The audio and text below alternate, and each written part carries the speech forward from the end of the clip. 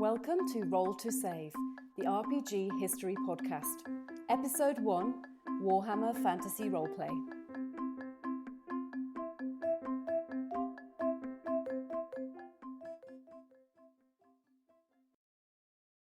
Hello and welcome to Roll to Save, the RPG History Podcast, where we take a fond look at role-playing games from yesteryear.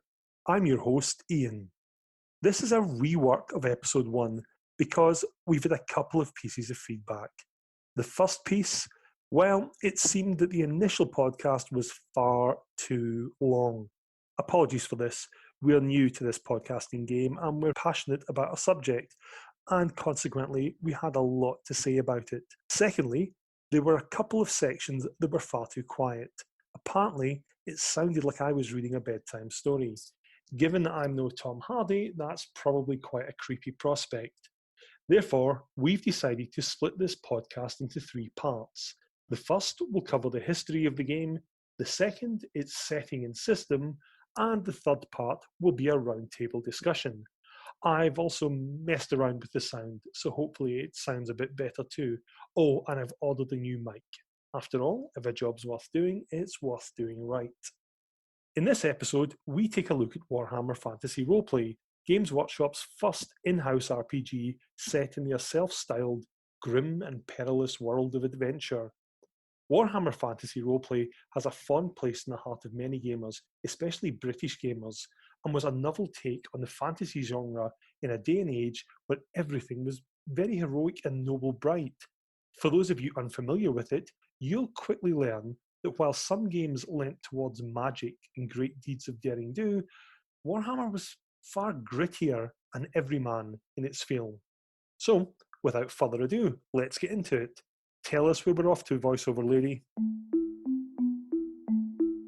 History.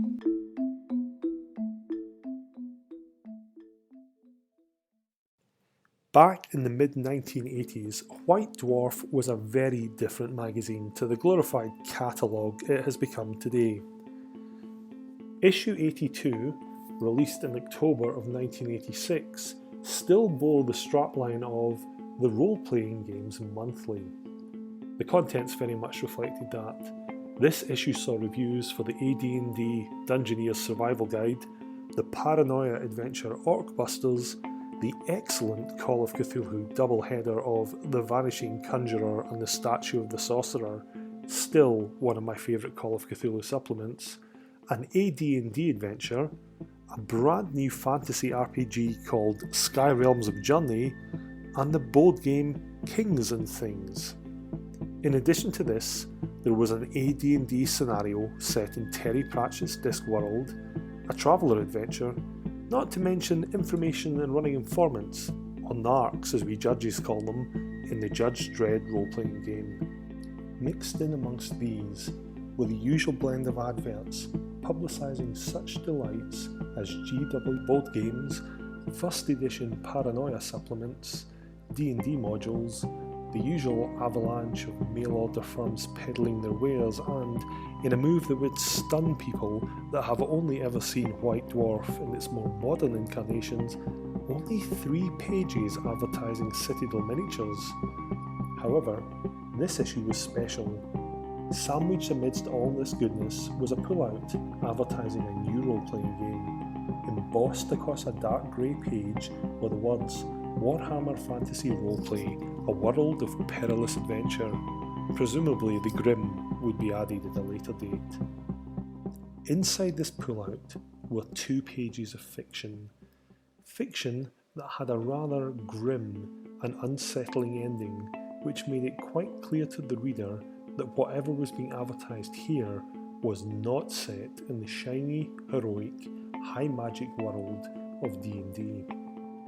There then followed a brief explanation of the game's setting, a bit about the system, making it abundantly clear that the combat would be fast, deadly and bloody, and then information on the package itself and how it was going to be supported in the future. The pullout was also lavishly illustrated and ended with a paragraph of fiction that sounded far more Call of Cthulhu than D&D. Like a lot of gamers back then, This went straight on my Christmas list for 1986 as a must-have present. And what a present it was! A beautiful hardback that weighed in at just shy of 400 pages, and it was absolutely packed with information. Seriously, you could concuss someone with this book. Unlike a lot of RPGs whose rulebooks were more like pamphlets, or which saw their information spread across several different books, D&D, I'm looking at you, Warhammer Fantasy Roleplay tried to cram everything you needed into one package. As well as the rules needed to play, which took up the first half of the book, it included background in the religions of the world, a 40-page bestiary that covered nearly every conceivable creature a games master would want to throw at their players, a massive guide to the setting, and a full, ready-to-play scenario. Balance of such powerhouses as Tony Ackland, Dave Andrews, Colin Dixon, Jez Goodwin, John Sibbick and John Blanche, Warhammer Fantasy Roleplay was absolutely crammed with amazing black and white pictures and some outstanding colour plates, all of which did a great job of helping the reader visualise this low magic, gritty, and dare I say it, grim and perilous world. The cover? An absolute masterpiece. Published almost simultaneously with the main rulebook, and designed to let new owners know that GW were firmly intent on supporting their new baby, were a couple of supplements. The first was a set of dungeon floor plans. The rulebook made it quite clear the Games Workshop would be very happy if you bought their miniatures to use in your adventures, and the Enemy Within campaign pack. Most long-time gamers will have heard of the Enemy Within being spoken of in hushed reverence as one of the best RPG campaigns of all time. One of the factors that set it up for so much success was the publication of this pack.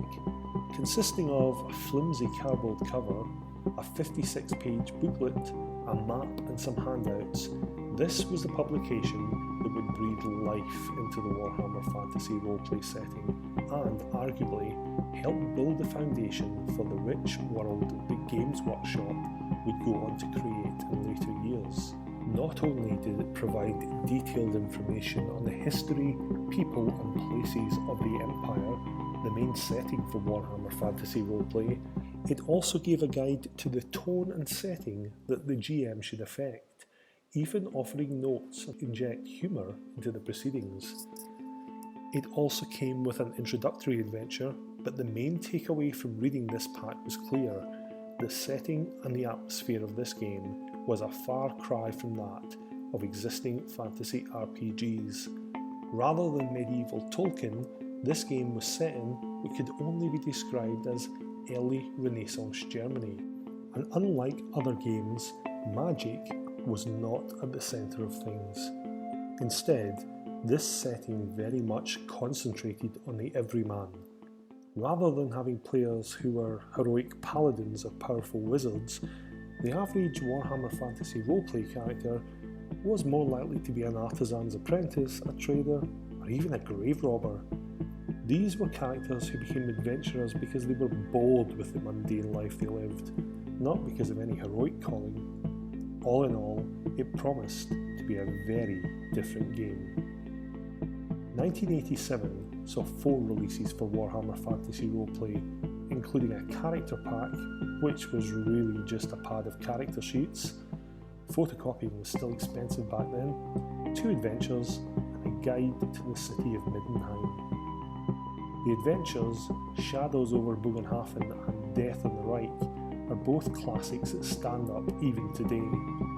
Shadows was the first supplement I bought for the game, and it has a very special place in my heart. In a day and age where people were becoming bored of dungeon crawls and wilderness treks, Shadows showed that it was possible to make an urban, investigation-based adventure for a fantasy setting. It is also incredibly well paced, with just the right level of challenge for a beginning party, and it comes with the usual range of incredible handouts and maps that help the whole thing come alive.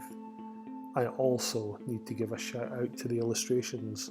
To this day, Shadows remains one of the most atmospherically illustrated supplements I have ever seen for an RPG. After all, When you have Will Rees and Ian Miller doing the art, what is essentially a horror game, how can that fail to hit the mark? I remember as a teenager finding the cover art particularly unnerving. I won't spoil anything, but Shadow strikes that perfect balance between investigation and action, and it should appeal to almost anyone. After all, who doesn't like foiling the machinations of evil cultists masquerading as the great and good of society? Death on the Reich was Warhammer Fantasy Roleplay's first big box product, coming, as it did, in a big box. As well as a sprawling adventure, the book also included handouts, a large full-colour map, and a booklet entitled River Life of the Empire. Without giving away spoilers, the PCs come into possession of a boat fairly early on in this adventure. With this, they are free to go here, there, and everywhere throughout the Empire. This is what makes this adventure so good. It is essentially a sandbox that gives the adventurers free rein. While I'm not 100% sure of this, I'm fairly certain that this was one of the very first times that this was attempted and successfully executed in a fantasy RPG, and one of the reasons it worked so well was down to the River Life booklet. Here were all the details that the GM needed to keep life on the river interesting, to allow the PCs to make a bit of cash by trading, and, most importantly, to make the whole thing feel consistent and really engender a feeling of player agency. The main book has a whole action-packed adventure in it, complete with cultists, Skaven, the undead, and a fully detailed spooky castle, but it also makes clear that the players can take as much time as they want messing around in their boat. The hooks to draw them into the main plot are all there to be used as and when they need to be. 1988 was another busy year for Warhammer Fantasy Roleplay, seeing as it did the publication of The Power Behind the Throne, the fourth chapter of The Enemy Within, Something Rotten in Kislev, a series of filler adventures set between the fourth and fifth chapters of the campaign, the republishing of the first two chapters of the campaign in a single hardback called Warhammer Adventure, the republishing of Death on the Reich as a hardback, and the long-awaited release of the Realm of Chaos supplement. When I say long-awaited, I'm not exaggerating here. The first edition of Warhammer Fantasy Battle contained a reference to a future, as yet unnamed Chaos-themed book. It was then finally named in the first Citadel Compendium in November of 1983, promising, amongst other things, rules on role-playing a champion of chaos. When the first book, Realm of Chaos Slaves to Darkness, was released in 1988, it received a so-so reception from those who purely played the role-playing game, whereas those who played the battle game absolutely lapped it up. I was lucky, I did both. Why so-so? Well, firstly, this book only covered 2 of the 4 Chaos Gods, meaning that we'd have to wait another couple of years to get the full picture. Secondly, while the book contained a ton of background and detail, most of it was aimed at Warhammer Fantasy Battle players. Indeed, the young upstart game of 40k got an entire chapter dedicated to the Dark Millennium, while the rules for Champions of Chaos as player characters in Warhammer Fantasy Roleplay were confined to a single page, with the proviso that these rules were much better for creating NPC villains. For those who had waited over 5 years for this role-playing supplement, this was disappointing, to say the least. Of the 2 adventure books released, Power Behind the Throne is by far the better one. A dramatic scenario set within the city of Middenheim, it places the PCs at the centre of some heavy-duty politics, and it's through their interaction with the many detailed NPCs that they will succeed. These detailed NPCs, whilst being the scenario's strongest point, also mean that a lot of pre-work was required for the GM running this adventure.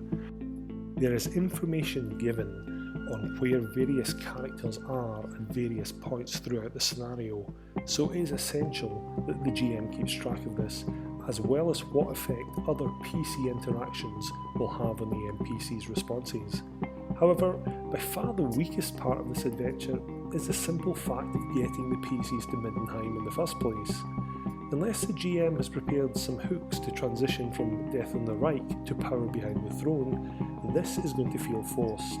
Most PCs don't want to give up their lovely boat after all. Indeed, when this adventure was reprinted years later, the new publishers attempted to solve this problem by including another, shorter scenario as a link. Something rotten in Kislev is, well, rotten. Actually, that's unfair, and largely an excuse to make a terrible pun. Something rotten simply doesn't fit in with the themes established earlier in the Enemy Within campaign. Whilst the other adventures feature a large degree of NPC interaction and investigation, and conjure up the atmosphere of being embroiled in a broader conspiracy, Something Rotten throws that out of the window in favour of a more high fantasy questing vibe. Also, it takes place outside of the Empire, an area which the previous modules have spent a lot of time establishing in the players' minds. It also features an extremely forced and slightly contrived way of getting the players to go to Kislev in the first place. I don't know about you, but I have plenty of players who, if I played a powerful NPC comes and tells you that you have no choice but to go to this place and do a quest card, they would roll their eyes and seek to derail things at the very first opportunity. All that being said, as a standalone piece, it's actually okay. It features 3 interesting scenarios, and the background that Kislev makes for an interesting read. You could easily turn this into a campaign setting of its own. However, it doesn't really fit within the rest of the Enemy Within campaign. Indeed, it's almost like GW thought, how can we make this sell better? I know, say it's part of that campaign that's been flying off the shelves. Come 1989, the production of new material was slowing, and GW were rapidly coming to realise that they would turn a much tighter profit by focusing on making little plastic soldiers than by printing weighty role-playing supplements.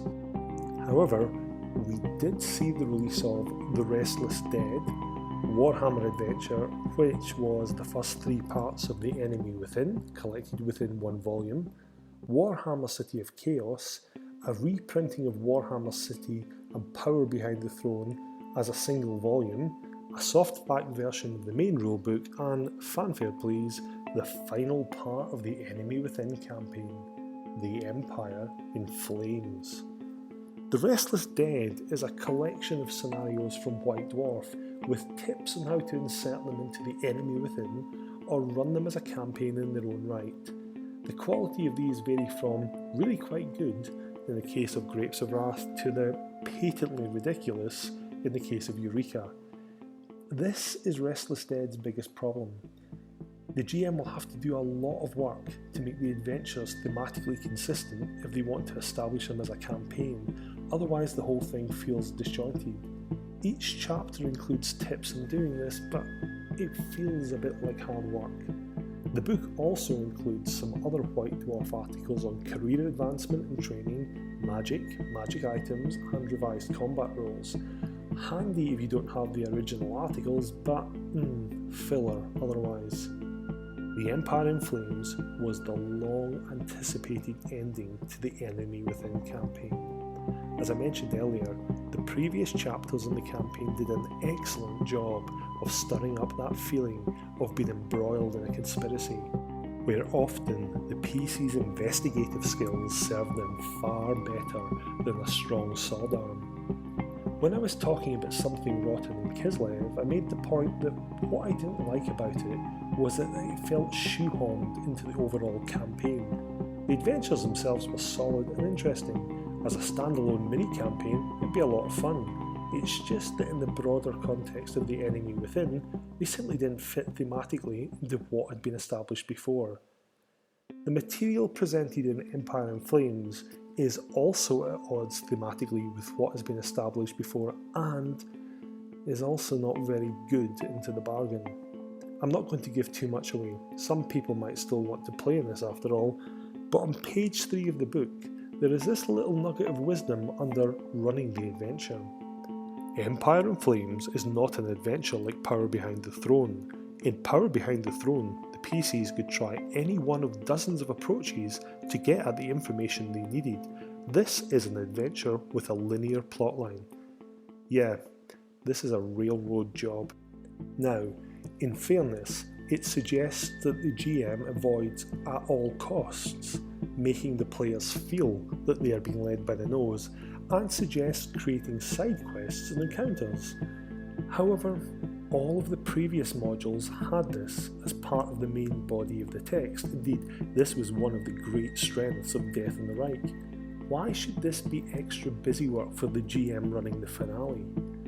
In terms of setup, the adventure makes no reference to the events of Something Rotten in Kislev, further reinforcing the impression that the module was created as a standalone and tacked onto the Enemy Within campaign to sell it. What is worse, there's a feeling that nothing that happened in previous adventures actually meant or impacted upon anything. Again, without spoiling too much, consider the protagonist in Shadows.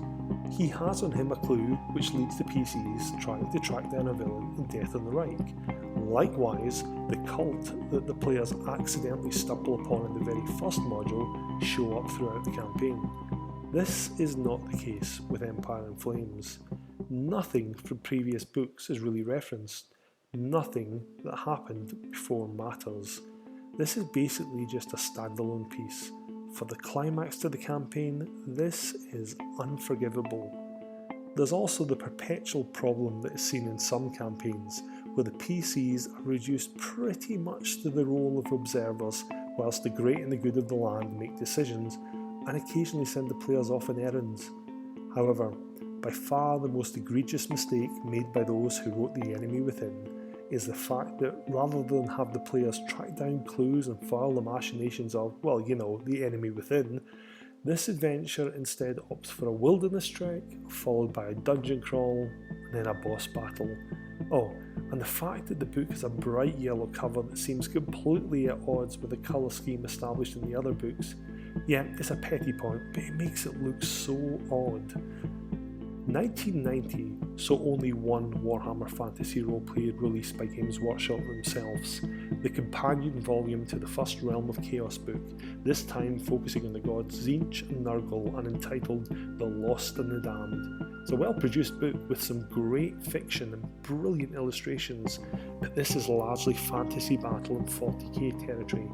Anything that Warhammer Fantasy Roleplay GMs would take for it would have to be converted into that system to make it work. 1990 was also the year that GW moved publishing of any material for Warhammer Fantasy Roleplay over to Flame Publications, an internal division dedicated to RPGs. Their tenure wasn't long. In 1992, due to financial difficulties, Flame ceased their operations. During that 2-year period, they published the Doomstones campaign, 2 reprintings of the character pack, Lishmaster, a reworking of an old 2nd edition Warhammer Fantasy Battle scenario, the Warhammer Companion, which was really just more Old White Dwarf articles, and the scenario books Death's Dark Shadow and Castle Drachenfels. Doomstones was not well received, being as it was adapted from old Advanced Dungeons & Dragons material. What you have is 4 fairly generic high fantasy dungeon crawls that don't fit thematically with what has been established as a setting of Warhammer Fantasy Roleplay. Death's Dark Shadow features a series of scenarios set in the very detailed village of Kreutzhofen, so named as it is a crossroads where 4 different trade routes meet. I say very detailed as nearly every house in the village is detailed, which kind of feels like overkill. It's not a bad supplement, but it feels very high fantasy. In fairness to the authors, Warhammer itself was switching to a much more high fantasy feel by this point in time, so some of that probably bled through into this publication. Castle Drachenfels was a source book detailing the setting and some of the personalities from Jack Yevil's novel Drachenfels. This novel was extremely popular with fans, so it was only natural that a source book would be produced. In fact, in the September 1989 issue of White Dwarf, number 117, the stats for the various main characters had already been printed. The book itself is okay. It gives an atmospheric location in which to have a dungeon crawl, but given the nature of the encounters detailed, especially those with Drachenfels himself, a party would have to be pretty high powered to contend with him. A couple of scenarios are included, and there's even tips for using one of these instead of something rotten in Kislev as the interlude chapter in the Enemy Within campaign. Drachenfels is an intriguing villain, but his appearance was in line with the changes fans were seeing with Warhammer Fantasy Battle at the time, namely a move to focus on the more high-powered hero characters. Drachenfels was also the last publication produced by Flame, and so it was that in 1992, GW's first RPG, which had promised and been promised so much, went out with a whimper. That was until 1995, when Hogshead Publishing received the license to publish Warhammer Fantasy Roleplay material. It was back. Although, was it? 1995 began, probably somewhat predictably, with the reprint of the main rulebook, a reprint of the first two chapters of The Enemy Within, and the publication of Apocrypha Now, which was a collection of White Dwarf articles. This was fine for people who were looking to get into the game for the first time, but for veterans, this wasn't terribly exciting. However, this year also saw the publication of The Dying of the Light, a campaign set in a wasteland against an apocalyptic background. Like The Restless Dead, it suffers from the fact that rather than it being a coherent campaign, it was a selection of individual adventures loosely stitched together. The fact that each of the chapters was written by a different author didn't help in establishing a consistent tone and feel to the campaign. Between 1996 and 2002, Hogshead reprinted 7 books from the Doomstones and Enemy Within campaigns, as well as Death's Dark Shadow. In terms of new content, they came out with a 5th chapter for the Doomstones campaign, a GM screen and reference pack, a guide to the city of Marienburg, which, to be fair, itself was based off old articles from White Dwarf, a compilation of the best of Warpstone magazine, a dwarf sourcebook, and Realms of Sorcery. If Realm of Chaos had been long awaited, Realms of Sorcery had been anticipated even longer. It was mentioned in the original Warhammer Fantasy Roleplay in 1986, but I seem to recall references to it in Warhammer Fantasy Battle's 2nd edition, which had been released in 1984. Therefore, when it finally appeared in 2001, it was an understatement to say that the Warhammer community were intrigued. We'll discuss this more when we talk about the system, but it's fair to say that Realms of Sorcery had an uphill battle on its hands. For starters, the Warhammer Fantasy Roleplay magic system was, to put it mildly, a bit crap. It had clearly been ported straight from 2nd edition Warhammer Fantasy Battle, and that showed. A lot of the spells were much more suited to grand sweeping battles than they were to individual adventures. Aside from the inclusion of ingredients and petty magic, the system seemed more or less the same as it had been in 1984. The expectation amongst a lot of fans was that Realms of Sorcery would remedy these shortcomings. So how did it do? The honest answer? It was a damp squib. Rather than revamp the existing magic system, what Hogshead seemed to try and do with Realms of Sorcery was cram in more of Warhammer Fantasy Battle's existing magic system into Warhammer Fantasy Roleplay. One of the most glaring problems with this was the fact that by 2001, the setting and what was considered canon in Warhammer Fantasy Battle had long since passed that of Warhammer Fantasy Roleplay. While the latter still espoused its low magic everyman setting, Warhammer Fantasy Battle was much more magic intensive and high fantasy. This is nowhere more apparent than in the first chapter of Realms of Sorcery, A History of Magic, where the current, for 2001, Warhammer Fantasy Battle setting is crammed into the current Warhammer Fantasy Roleplay setting. Apparently, battle magic has only been around for the last 200 years or so. Apparently it was a gift from the elves, which begs the question, what exactly were wizards casting in battle prior to this? Also, clerics. They use battle magic in Warhammer Fantasy Roleplay. What did the gods give them prior to that? Chapter 3 breaks the setting even further by introducing the concept of wizards needing a license to be a wizard. Something as patently ridiculous as this takes us firmly out of a grim world of perilous adventure where wizards are rare and feared and straight into Harry Potter territory where they all go to universities and run magic shops. The rest of this book is given over to spells of various different kinds, but all it succeeds in doing is painting a picture that magic is common and readily available. Take for example Warhammer Fantasy Battle's colour magic.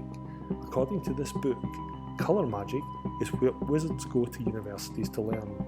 The only people who have mastered colour magic are wizards of level 4 and above. To have the concept of a magic university suggests a substantial body of people are learning this, which means a correspondingly high number of faculty members. To serve as the 12 colours of magic mentioned means you're looking at relegating hundreds of wizards of at least level 4 to teaching and clerical duties. Like I said, this feels much more Hogwarts than Warhammer Fantasy Roleplay. With this abomination delivered, Hogshead handed the license for Warhammer Fantasy Roleplay back to GW in 2002, signalling the end of the line for the third time. All was silent for 2 years before Games Workshop announced the creation of Black Industries, whose main task would be the publishing of the brand new second edition of Warhammer Fantasy Roleplay. This appeared in 2005, and between 2005 and 2007, Black Industries aggressively churned out brand new material. These publications were not reprints of what went before. This was Warhammer Fantasy Roleplay brought up to date to match the current Warhammer Fantasy Battle setting, in this case set in the aftermath of the ill-fated Storm of Chaos narrative campaign for Warhammer Fantasy Battle. The art was also given a refresh. Gone were the moody dark images from the original Warhammer Fantasy Roleplay, and instead the imagery of Warhammer Fantasy Battle abounded. Huge oversized hammers and axes were everywhere. Firearms, previously the rarest of the rare, seemed to be as common as swords. Dwarfs sported impractical mohawks. Chaos had gone from being the enemy within to very much being the enemy in your face, and wizards looked a lot more wizardy. Whereas in the first edition, the picture for the wizard's apprentice career showed some poor soul lugging around heavy things for his master, the wizard's apprentice in second ed has flowing robes and a staff with a skull on top. Guess she must have got that along with her wizard's license. In 2008, Fantasy Flight Games took over publication of Warhammer 2nd edition before announcing a year later that they were publishing the 3rd edition. This new edition was more like a board game than an RPG, using special dice only available from Fantasy Flight Games and a variety of cards and counters. Between 2009 and 2013, a huge amount of publications were produced before Fantasy Flight abruptly announced that 3rd edition was complete. The license stayed with them for a couple of years before passing back once again to Games Workshop. Finally, in 2017, Games Workshop announced that Cubicle 7 would be publishing a 4th edition that would very much be in the mould of the 1st and 2nd editions. So far, they've released around a dozen or so supplements and have also started reworking the Enemy Within campaign for this new edition, including a replacement for Something Rotten in Kislev and, fanfare please, a brand new ending. In 2020, it looks like Warhammer Fantasy Roleplay has gone back to its roots and has a bright future on the horizon. Hopefully this bright future will be grim and perilous.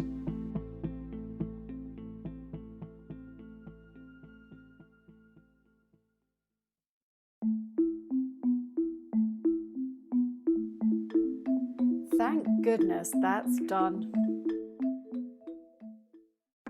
And that was part 1 of episode 1, The History of Warhammer Fantasy Roleplay.